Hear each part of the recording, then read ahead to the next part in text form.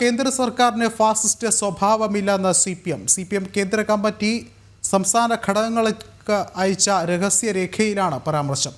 കേന്ദ്ര സർക്കാരിന് ഫാസിസ്റ്റ് സ്വഭാവമുണ്ടായിരുന്നു കഴിഞ്ഞ പാർട്ടി കോൺഗ്രസിൽ എന്നതാണ് സി പി എമ്മിൻ്റെ നിലപാട്.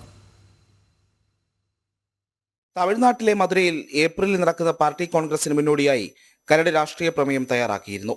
കരട് രേഖയിലെ പരാമർശങ്ങളിൽ വ്യക്തത വരുത്തി സി പി എം കേന്ദ്ര കമ്മിറ്റി സംസ്ഥാനങ്ങൾക്ക് അയച്ച രഹസ്യരേഖയാണ് ഇപ്പോൾ ചർച്ചകൾക്ക് വഴിവെച്ചിരിക്കുന്നത്. മോദി സർക്കാരിന് ഫാസിസ്റ്റ് പ്രവണതയാണെന്നായിരുന്നു കഴിഞ്ഞ പാർട്ടി കോൺഗ്രസുകളിൽ സി പി എം സ്വീകരിച്ച നിലപാട്. ഇതിൽ മാറ്റം വരുത്തിയാണ് പുതിയ നയം സ്വീകരിച്ചിരിക്കുന്നത്. കേന്ദ്രം ഭരിക്കുന്ന BJP സർക്കാരിനെ ഫാസിസ്റ്റ് എന്ന് വിശേഷിപ്പിക്കാനാകില്ല.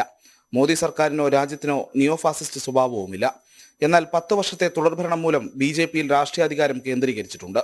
ഇത് നിയോ ഫാസിസ്റ്റ് രീതികൾക്ക് കാരണമായേക്കാമെന്നുള്ള ആശങ്കയും രഹസ്യരേഖയിൽ CPM പങ്കുവയ്ക്കുന്നു.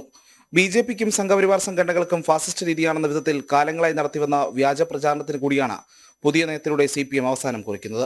ന്യൂനപക്ഷ മേഖലകളിലടക്കം BJP വിരുദ്ധ പ്രചാരണത്തിന് ഫാസിസ്റ്റ് ബ്രാൻഡിംഗ് CPM ഉപയോഗപ്പെടുത്തിയിരുന്നു.